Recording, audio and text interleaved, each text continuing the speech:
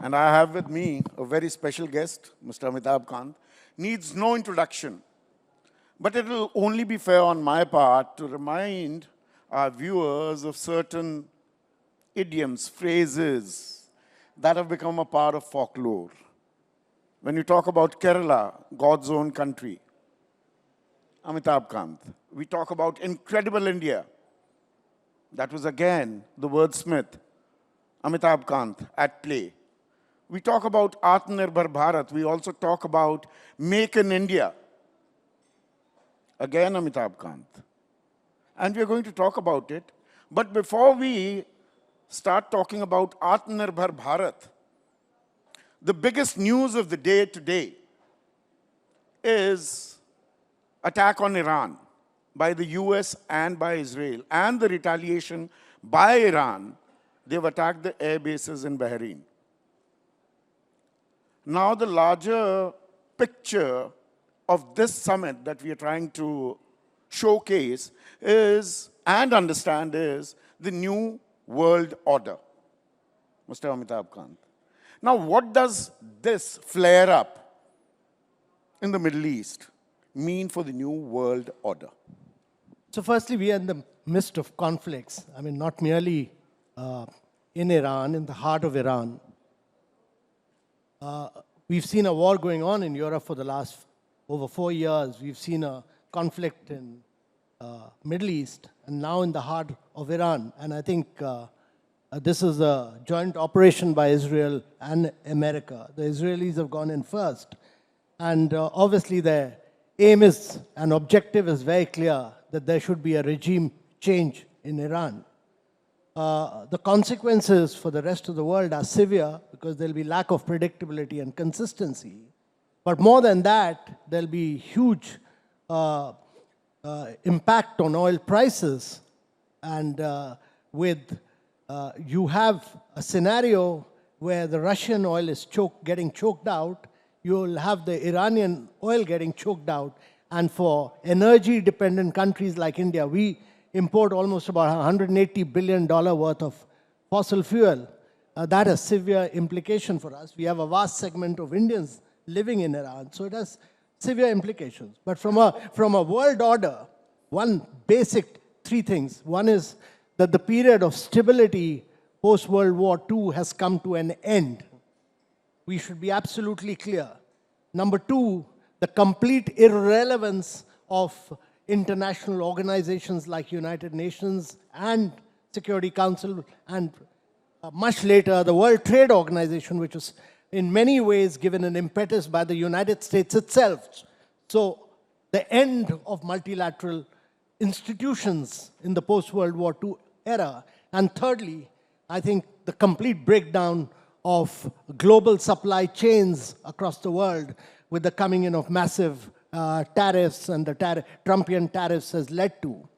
But in the midst of all this, there's a third force which is very critical, and I think we need to recognize this, which also has an implication in terms of what has been done by the American administration on Anthropic today, is the rise of, we are in the midst of the biggest rise in productivity simply because of data, machine learning, and AI.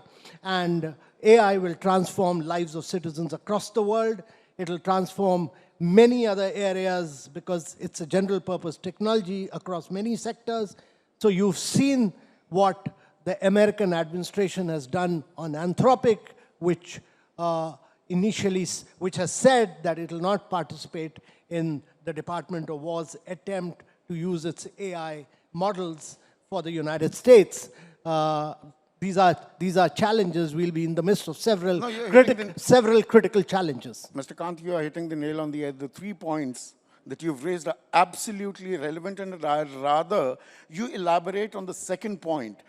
Is the world order, rule-based world order, a thing of the past now? There are no rules. खुला खेल फर्रुखाबादी हो गया है क्या अंतर्राष्ट्रीय स्तर पर? जिसकी लाठी उसकी भैंस. Is that what we're looking at now? So the challenge is that globalization as we had known it will radically alter itself into friend-shoring, into trust-shoring, into complete reliance of working with countries where you have trust in technology, trust in terms of strategic interests, and you will see alliances which will be both bilateral and regional, which will be based on trust. The challenge is that global growth is at its lowest. Global supply chains had enabled vast segments of population being lifted above poverty line. China had seen this. You've seen scorching praise of growth in China based on global supply chains. We've seen over 320 million people being lifted in India itself largely because of the growth impetus we've had on the basis of trade. Now, if trade gets impacted, that means it'll be a different world. Global growth will slow down. Sustainable development goals will slow down. There'll be a huge impact on segments of population across the global south. Make no mistake about it.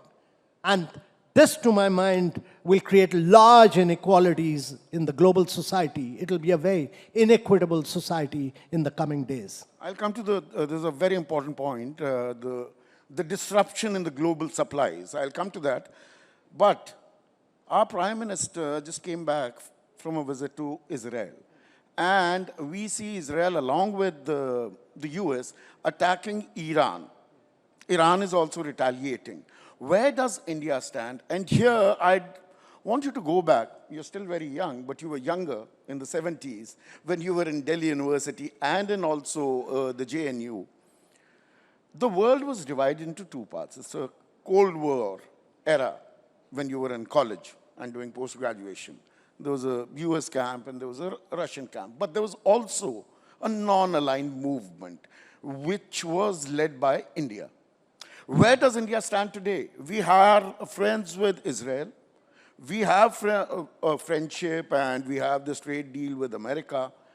Iran is our traditional ally, somebody who's willing to supply oil in rupees till about 2017-18, when we stopped buying it. Where does India stand in this evolving world order, new world order? No, I think from our objective, our perspective must be very clear that we are a $4 trillion economy. Our objective is that we should become a $30+ trillion economy by the time we become 120-47. That's the objective which the Prime Minister has set for a Viksit Bharat. And we should be very clear that this means that India needs to grow at about 9x. Its GDP must grow 9x, its per capita income must grow 8x, its manufacturing must grow 16x. That's the challenge for India. Only 3 countries in the world have been able to do it. Japan, Korea, China in the past. If India has to do this, then India needs to be in partnership with many parts of the world. India needs to be in partnership with the West Asia. India needs to be in partnership with East Asia. India needs to be in partnership with the developed part of the world, Europe and America. And what you're seeing is alliances, India's FTA with Europe, India's coming trade deal with the United States of America, our own relationship with Japan, Australia, the trade in recent times, we've had a FTA with many other countries, but we continue to have very good relationship with both UAE and Saudi.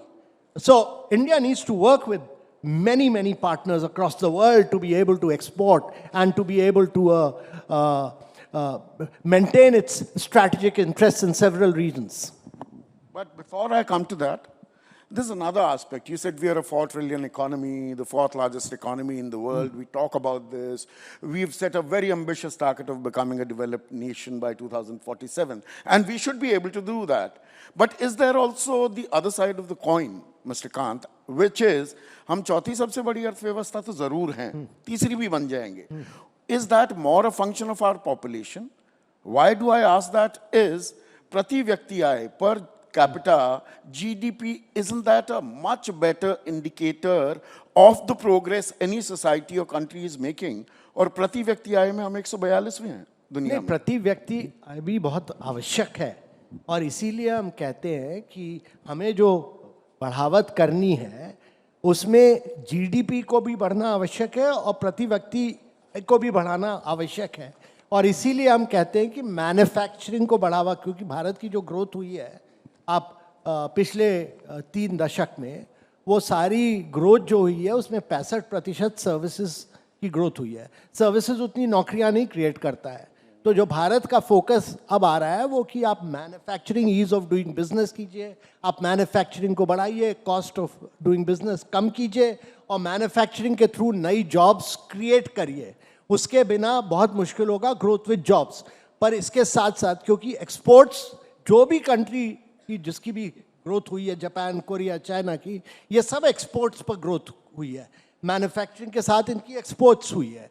तो हमें export करना आवश्यक होगा और global markets को penetrate करना बहुत ज़रूरी है इसके लिए।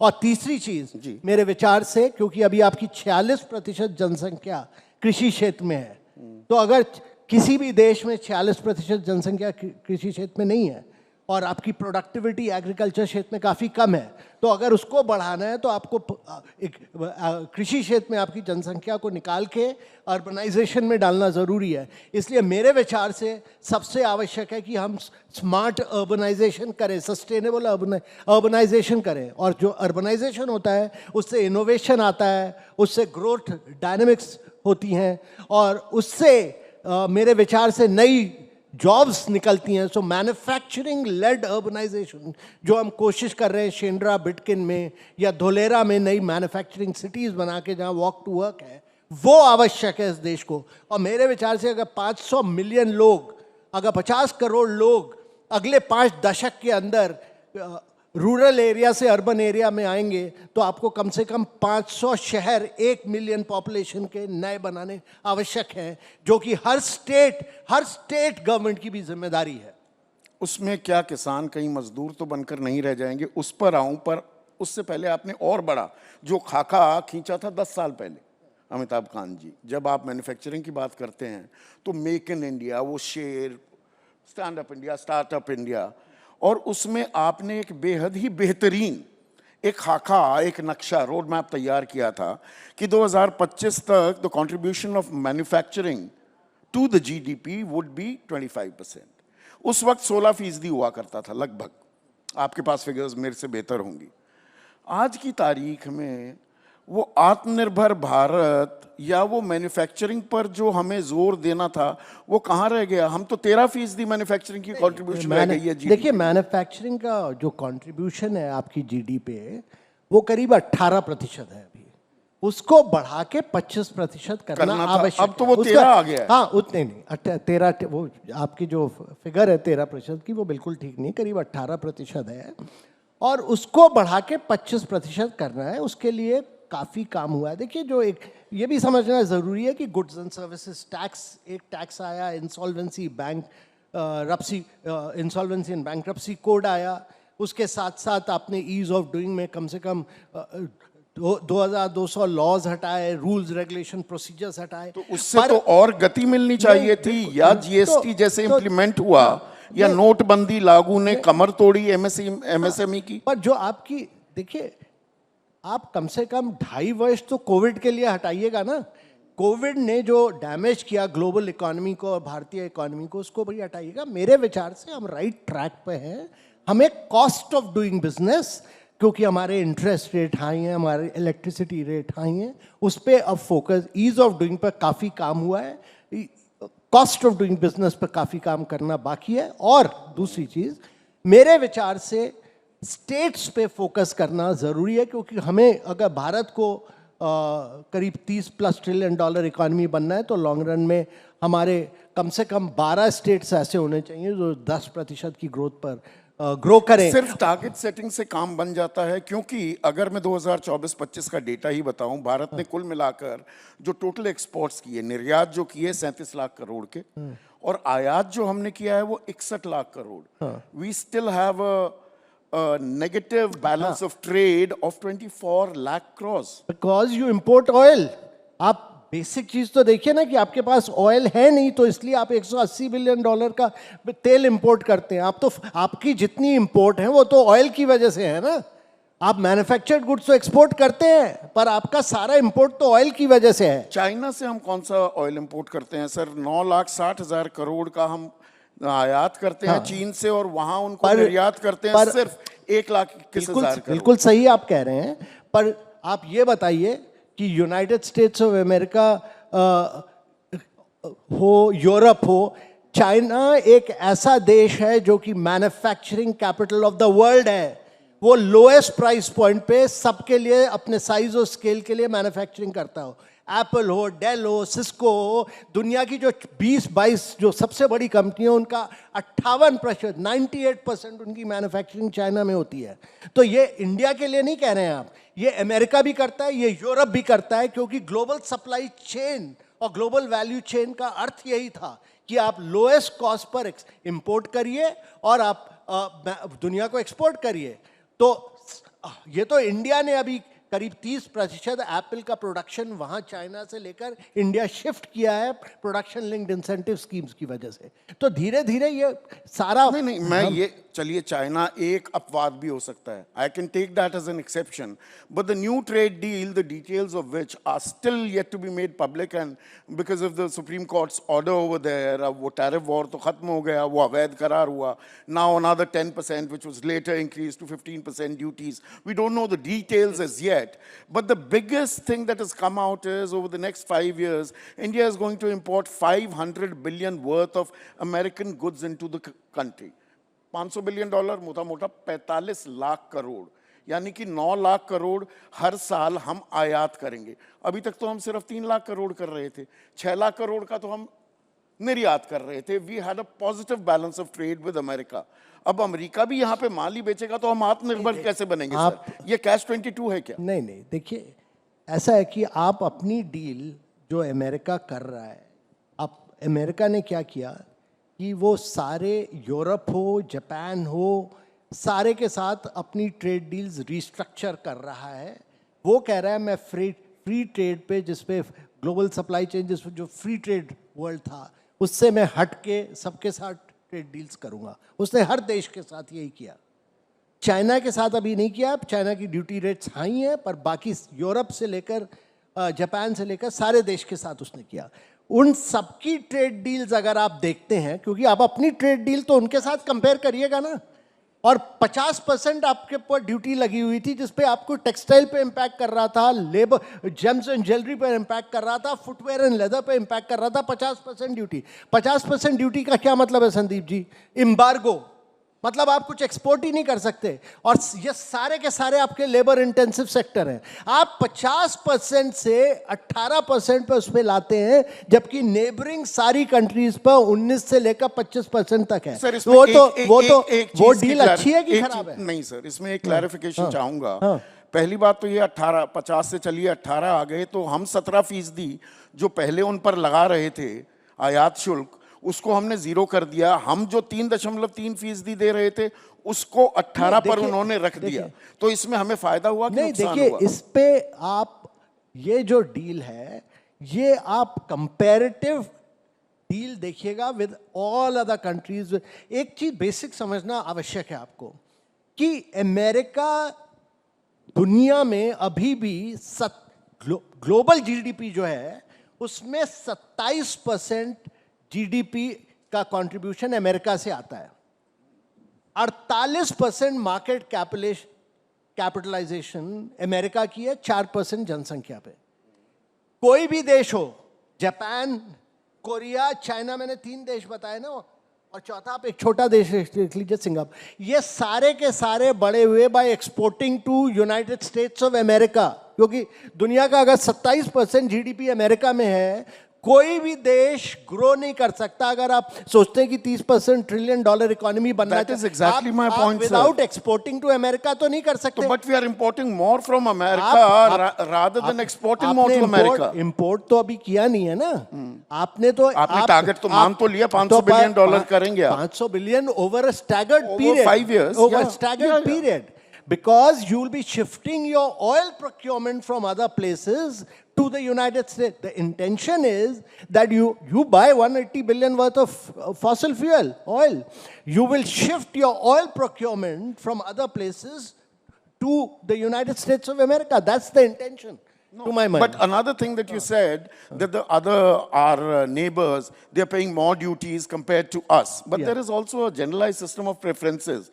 They get a waiver of 5%, and there are these reciprocal trade agreements between the US and Bangladesh, which have been made public now. No. What Textile will be 0%, So- apparel. So, the Commerce Minister has gone on record to say that what has been done for Bangladesh's this thing is only if they buy cotton from the United States of America. Now, I don't see Bangladesh buying any cotton from the United States of America. That part of the deal is totally irrelevant to my mind.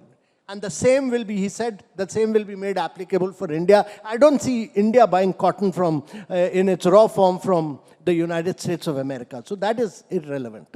That is irrelevant. But there is another factor. Yeah. You spoke about disruption in the supply chain. Yeah.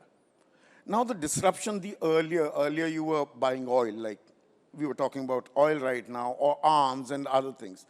The supply chain in the near future, and as of now, in fact, even today it applies, is based more on supercomputers, the chips, and AI. And there, the rare earth material also comes into play. How is that panning out, and how prepared are we, Mr. Amitabh Kant? So let's look at emerging technologies. China today controls over 90% of the battery market worldwide. I mean, it controls about 80%, 81% of the solar market. It controls almost about 74% now of the electric vehicle markets. And it controls about 68% of the wind market. That is what China has done.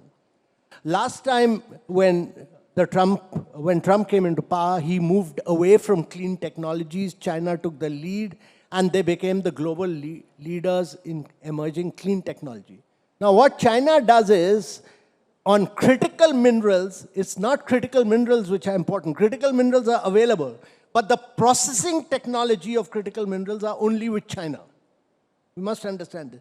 And what it does is, it makes the raw material prices very expensive. The processed raw material prices very expensive, makes the end product cheap.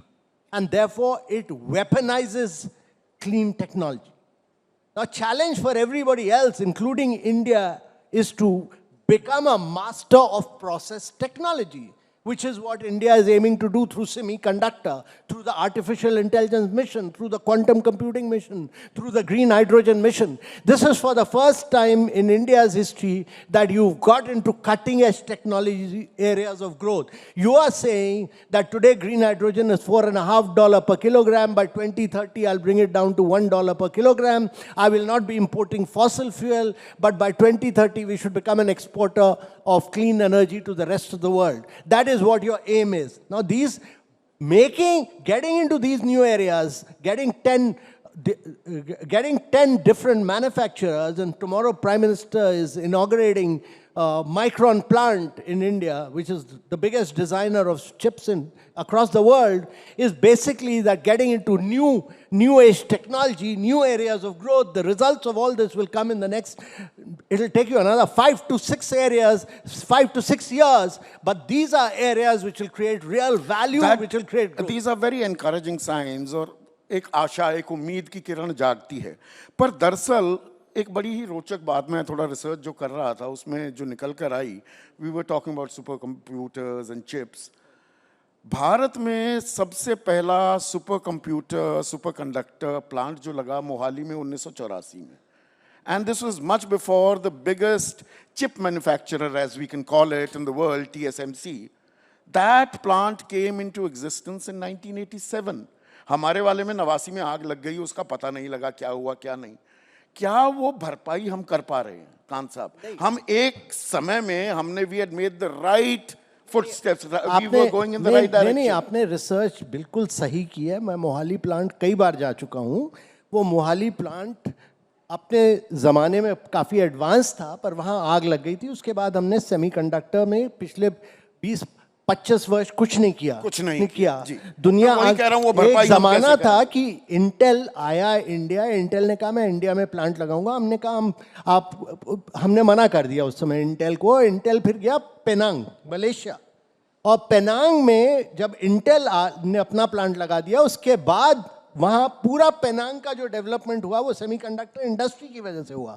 तो और Intel को ये कहा गया कि हम अब पानी नहीं दे पाएंगे आपको, तो इसलिए आप यहाँ मत लगाइए, वहाँ लगाइए। पर ये cutting edge areas of growth में ये पहली बार है इस देश में कि हम एआई को सपोर्ट कर रहे हैं, हम क्वांटम कंप्यूटिंग को सपोर्ट कर रहे हैं। एआई मिशन क्या कर रहा है? देखिए, आपने 10 स्टार्टअप्स को सपोर्ट किया कि आप सॉवरेन लार्ज लैंग्वेज मॉडल्स बनाइए।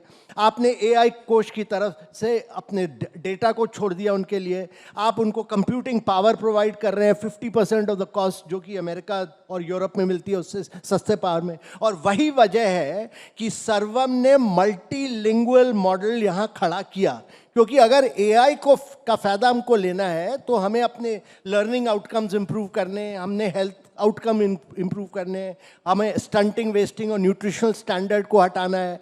हमें कोई वो एआई फिट फॉर पर्पस तभी होगा अगर हम उसका एडवांटेज यहाँ ले पाए। तो डगर कठिन है और रास्ता आसान भी बनाया जा सकता, थोड़ी मेहनत करनी होगी। बिल्कुल। इसमें मुझे वो फेमस वर्ड्स हैं अटल बिहारी वाजपेयी के, देश के प्रधानमंत्री रहे, कथनी और करनी में समन्वय बनाना भी होता है। एक टारगेट सेटिंग बड़ी अच्छी लगती है, मिशंस खड़े कर देना। मैं सर क्यों पूछ रहा हूँ ये जरा आप समझिएगा। भारत का India's gross expenditure on research and development ये 0.6% से 0.7% है हमारे जीडीपी का, और ग्लोबल इनोवेशन इंडेक्स में हम 38वें नंबर पर है। बाकी दुनिया 3 से 4% रिसर्च एंड डेवलपमेंट में लगा रही है।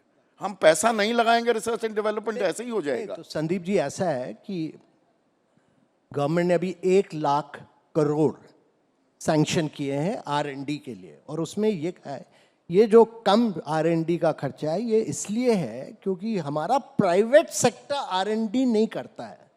और गवर्नमेंट ने जो कहा है 1 लाख करोड़ में हम पैसा तभी देंगे जबकि आप 50% प्राइवेट सेक्टर लगाएगा उसमें।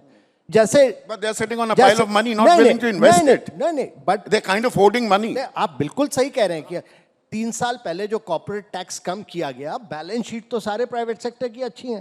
भाई टाटाज ने रिस्क लिया, और मैं मिस्टर चंद्रशेखर की तारीफ करना चाहता हूं कि उन्होंने रिस्क लेकर नई टाटा की एक डिजिटल कंपनी बनाई और धुलेरा में एक नया सेमीकंडक्टर प्लांट लगा रहे हैं, और वो एप्पल के लिए विस्ट्रॉन और पेगाट्रॉन लिया। इसी तरह L&T ने इनविडिया के साथ पार्टनरशिप की।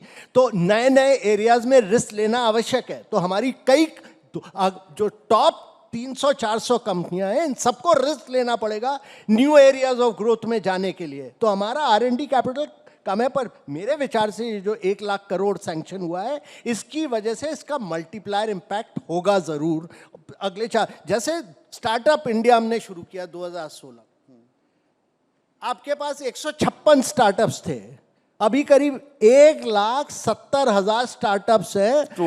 टाइम लगा कि नहीं? थोड़ा 5-6 साल लगे।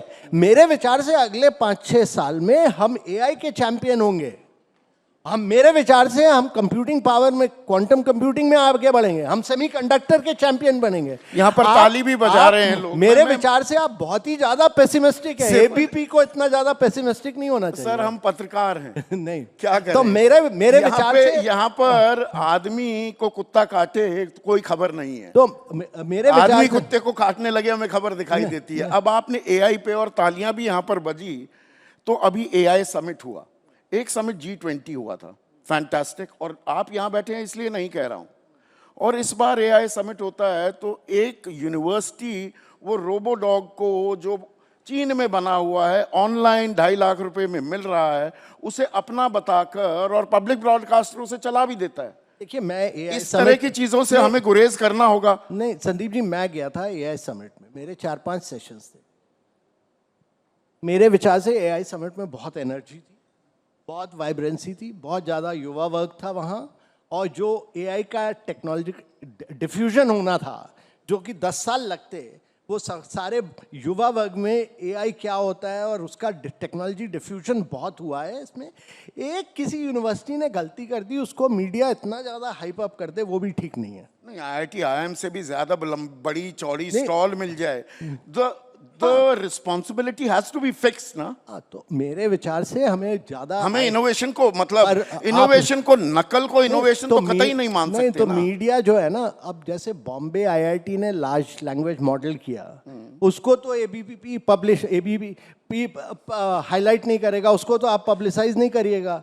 एक कोई यूनिवर्सिटी ने आकर चाइनीज इंपोर्ट पर एक वो कर दिया, उसको आप लोग बार बार बार बार बार बार, अब हो गया जो हो गया।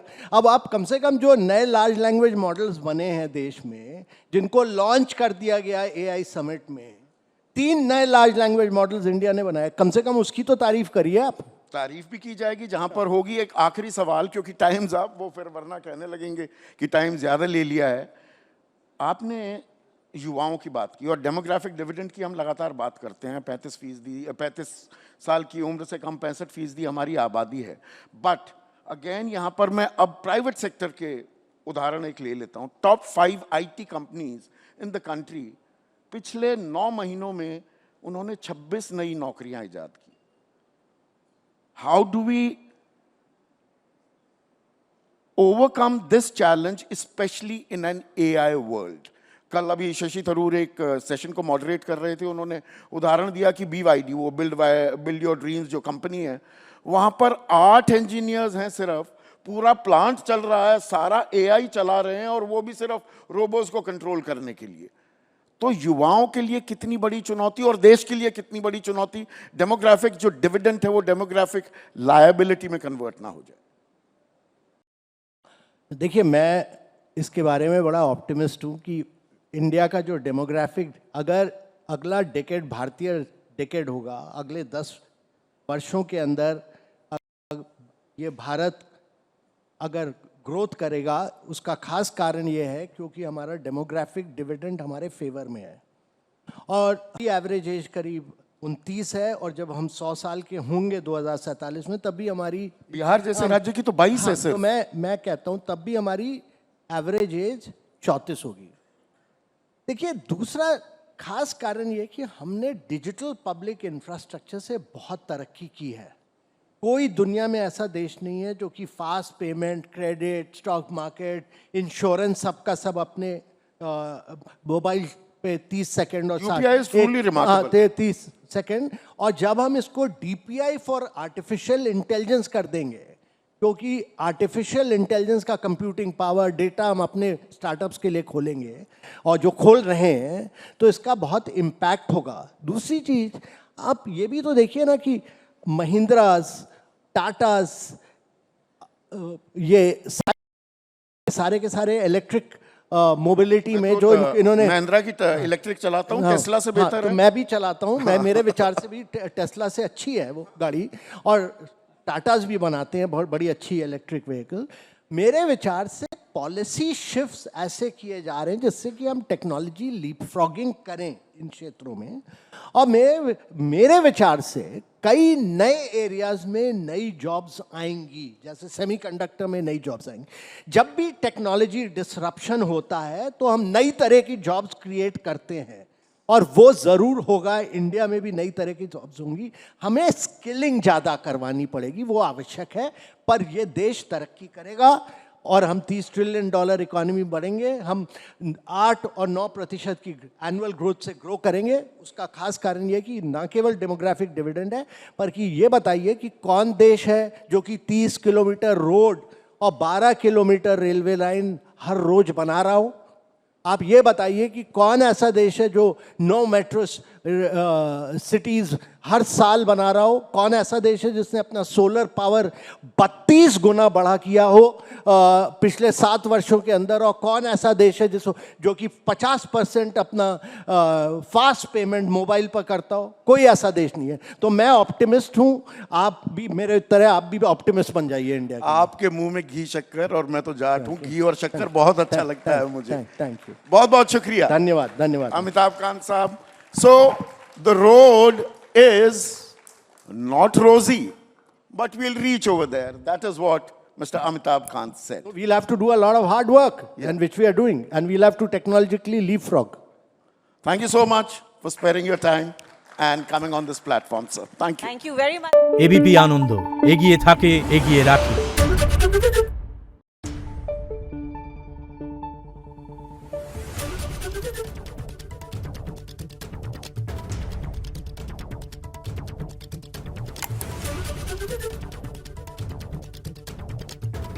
Thank you.